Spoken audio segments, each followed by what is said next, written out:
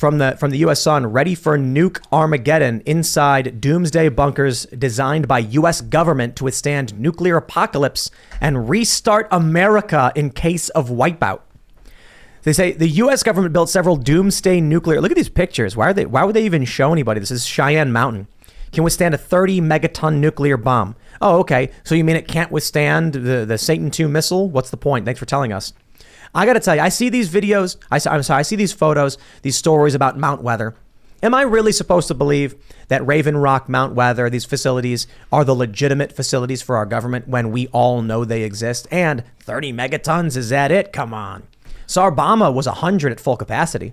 Not that they're going to get a bomber over it. But taking out an underground fortified facility is not easy. You have to have tremendously good accuracy. I grew up in Lincoln, Nebraska, 60 miles from Offutt Air Force Base Strategic Air Command headquarters, one of the top nuclear targets.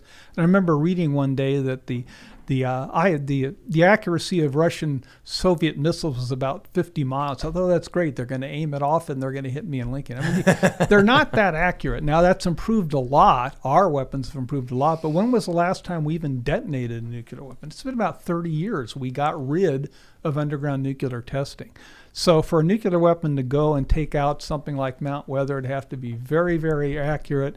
Weapon would have to have, its full yield. But why? And they're probably not going to have that accuracy. So I think they will survive at Mount Weather. No, I'm saying they've got to have other bunkers we don't know about. Well, they have a lot of them. There's Site R. There's quite a few in Pennsylvania. Again, you guys are kind of in a bad place for nuclear weapons here. I disagree, Camp actually. David, you got the Pentagon, you got D.C., you got Mount Weather, you got Site R.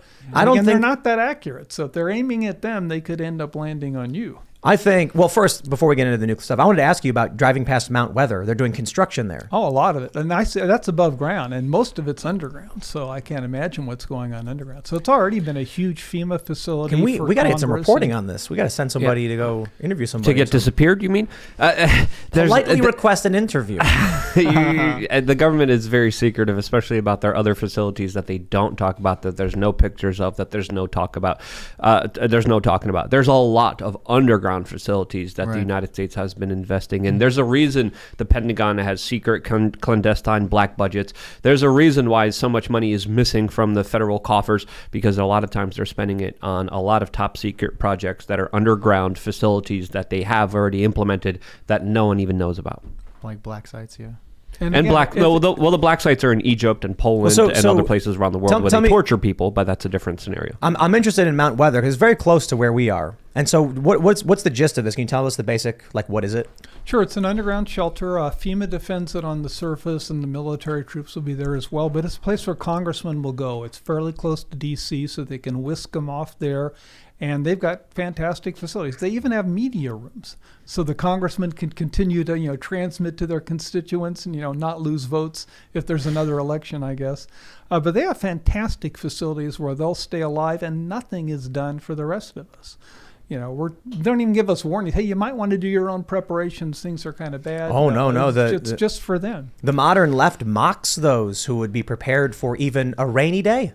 It's amazing. We've got these hurricanes, these floods, but it is a joke. It is common urban culture to mock preppers, to assume that anybody who's prepared in any way is some lunatic mountain man.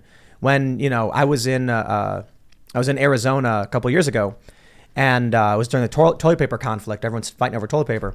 I go to a gas station and some lady, I say how has it been out here? And she's like, this was the middle of nowhere, Arizona. It was like a weird little rest stop, and she's like, oh, we're good, we're preppers. So we've got 3 months worth of toilet paper already. So we haven't noticed anything. And I started laughing, and I was like, you know what? While they're all fighting in Walmart over toilet paper, they're making fun of you for having it. It's just the craziest thing. Yeah, well, the image of preppers and preparedness has improved a lot over the past couple of years. It was partly COVID-19, but it was really less COVID-19 than things like Portland and all the unrest that was going on. People saw how if people start protesting, start looting, police cannot stop it. I'm not criticizing police. There just aren't many of them compared to people. If a lot of people start breaking the law, start looting, start doing whatever they want to do, you cannot stop them. So people have realized that, you really do need preparedness. People can get out of control, can do violence, and you cannot put it down. There's not enough police or even military folks to do that. One of the funniest things ever was when the pandemic started and a bunch of liberals were lining up outside of gun stores to buy guns for the first time. And the best thing to emerge from it was the gun store, I think it was in California, where they were like, the guy makes a video saying, "Stop complaining to me about why you can't buy a gun. You voted for this. You all voted for it."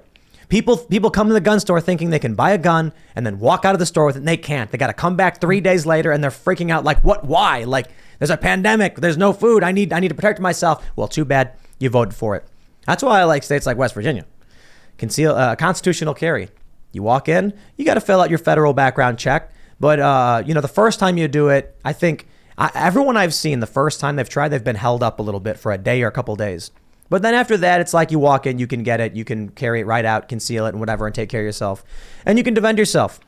So I feel like New York City is going to be, man, I don't even know. I don't think any movie or any fiction has done apocalypse justice as to what I think would actually happen in a city like New York.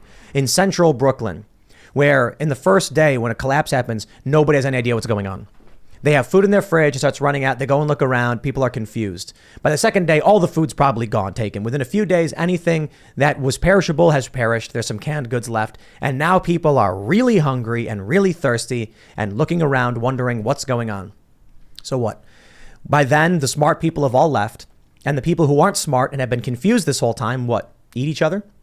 Drink blood? Well, there is a much, much bigger and better awareness of preparedness in the U.S. over the past years. I mean, that's absolutely clear. We cannot keep up with the demand. We get people every day emailing us, asking for information, wanting to join, and we just fall further and further behind. We can't meet the demand. That's why Fortitude Ranch has started franchising now. We can't build enough to keep up, so we're franchising now. So if That's kind of crazy. If you've got a survival community, or if you've got an RV park, or you got a ranch, and you think, hey, I could have a nice survival facility here, you can now build one, and we will help you do it through our franchising program, because we can't keep up. We also can't keep up with hiring.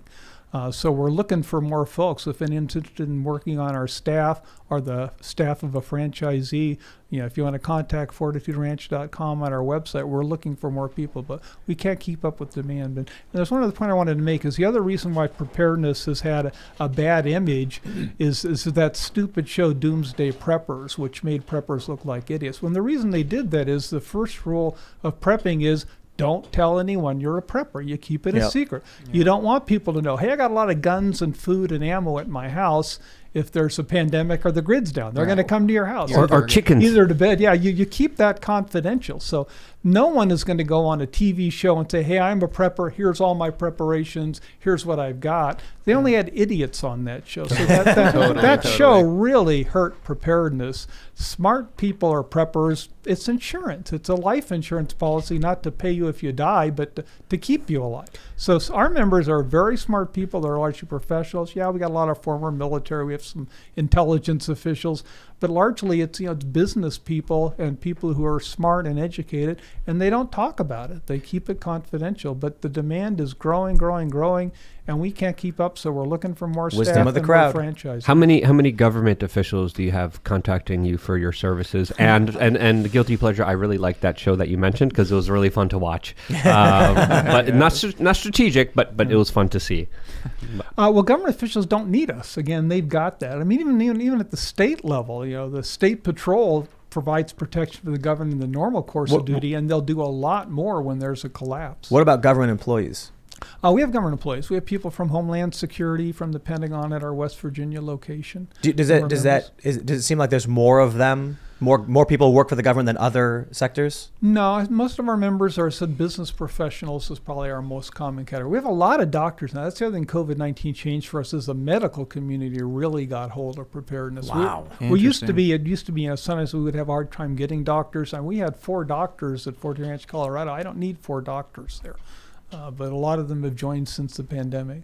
When you guys are franchising, how does that work? How do you get involved with someone that has space that wants to become a franchisee? If they go to our website, there's information on it. But basically, we're going to provide you the training, the operations manual, help you design your facility, and make it possible for you to be part of the Fort Hood Ranch system. And you will be part of our system, because our system is, again, we're a survival community, but we're also a recreational facility. So you can be a member in West Virginia, but you can go to our lake property in Wisconsin, you come to a high mountain desert in Nevada, come to Texas, and go to San Antonio and the attractions down there. It's a vacation place too. So you have a home fort where your stuff is and where you try to get in a collapse. But again, if you're a West Virginia member, but you're doing the Tim show out in California and the shit hits the fan and you can't get back to West Virginia, you can go to Nevada and we'll take care of you there. And a franchise would be the same way. You're part of the system.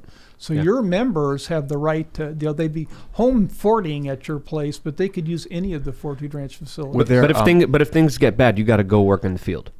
Oh, absolutely. Our members understand that, it's a vacation place, come out, shoot weapons, have fun in good times. In bad times, we will work you very hard. Everyone will do guard duty, and we got a lot of work to do. We'll be cutting down trees, building our walls, improving our defenses, slaughtering animals. We'll be poaching massively. I mean, if you're a deer near us, when the shit hits the fan, we will be shooting you and making jerky out of you. So it's a lot of work. What about expanding the territory and seizing the land from the surrounding villages? We don't do that. We're strictly a defensive militia. We're not. Steve Renee, our CEO, has been on your show several times, and I know he's pointed out we are not an offensive militia. We're not a militia group. There are good militia groups. Don't get me wrong, but we are not one. We don't do anything offensive. We defend our private property in a collapse. But let's say we're now 5 years into a collapse.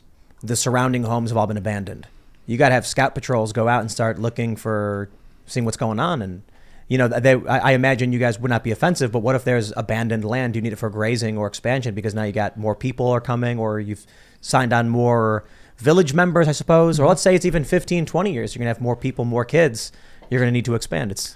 Well, actually, I haven't thought that through, to be honest with you. But, we're hoping that the recovery would start within a year or two if it's a really bad pandemic. And eventually, we're hoping that some law and order will return.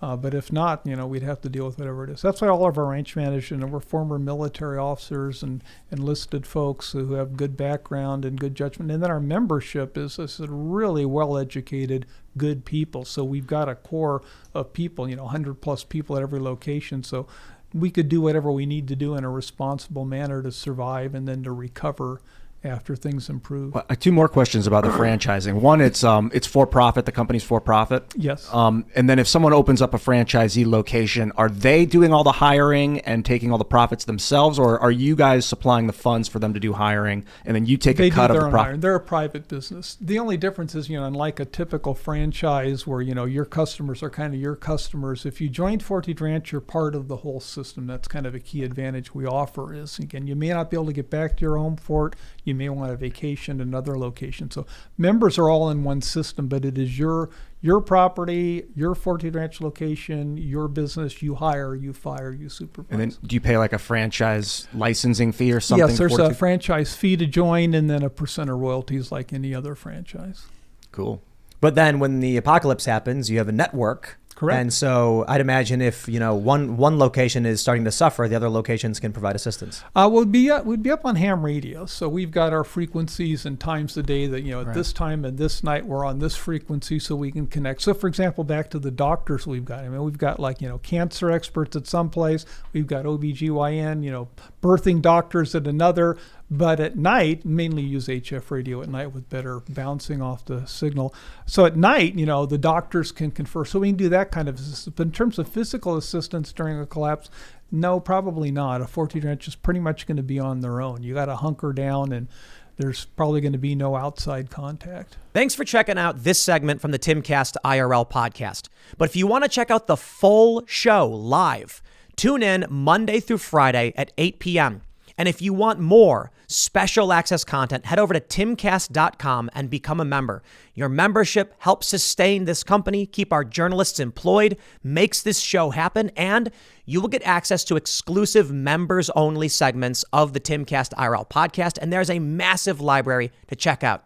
So again, go to timcast.com or tune in Monday through Friday at 8 p.m., and we'll see you all there.